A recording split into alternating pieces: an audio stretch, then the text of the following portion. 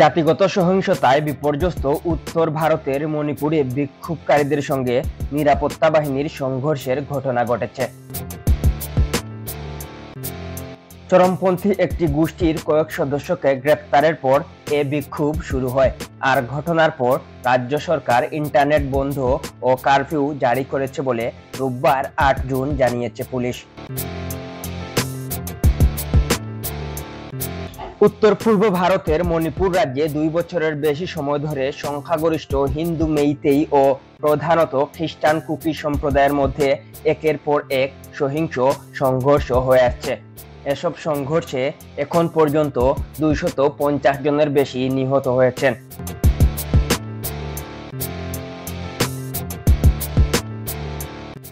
সর্বশেষ সহিংসতা শুরু হয় শনিবার ৭ জুন।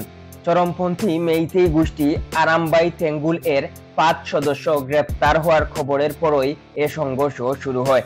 গ্রেপ্তার ব্যক্তিদের মধ্যে একজন কমান্ডারও রয়েছেন। এ ঘটনার পর ক্ষুব্ধ জনতা তাদের মুক্তির দাবিতে এক পুলিশ পোস্টে হামলা চালায়, একটি বাসে আগুন লাগায় এবং ইস্ফলের বিভিন্ন এলাকার রাস্তা অবরোধ করেন।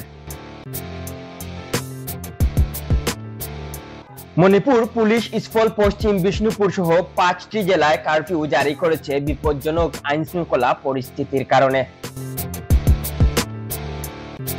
পুলিশ এক বিবৃতিতে বলেছে, জেলা ম্যাজিস্ট্রেটদের পক্ষ থেকে নিষেধাজ্ঞা জারি করা হয়েছে।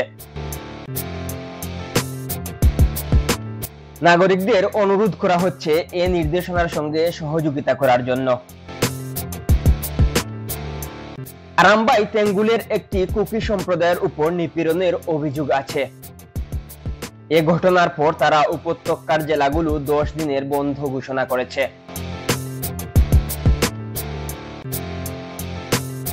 ২০২৩ সালে সহিংসতার সূচনা লগ্নে মণিপুরে মাসের পর মাস ইন্টারনেট বন্ধ ছিল। ওই সময় সরকারি হিসাবে প্রায় ৬০,০০০ মানুষ ঘরবাড়ি ছেড়ে পালাতে বাধ্য হন। আজও হাজার হাজার মানুষ চলাচল সংঘাতের কারণে ঘরে ফিরতে পারছেন না।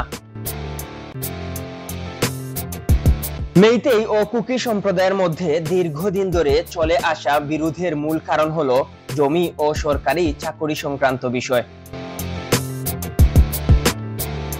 মানবাধিকার কর্মীরা অভিযোগ করেছেন, স্থানীয় নেতারা রাজনৈতিক স্বার্থে ব্যক্তিগত বিভাজনকে আরো উস্কে দিচ্ছেন।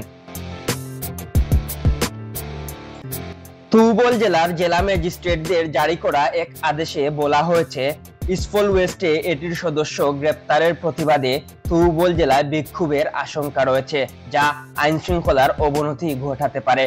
এজন্য জেলার মধ্যে ৪ জন বা ততোধিক ব্যক্তির জমায়েত, আগ্নেয়াস্ত্র, তরবারি, লাঠি, পাথর বা অন্যান্য অস্ত্র বহন নিষিদ্ধ করা হয়েছে।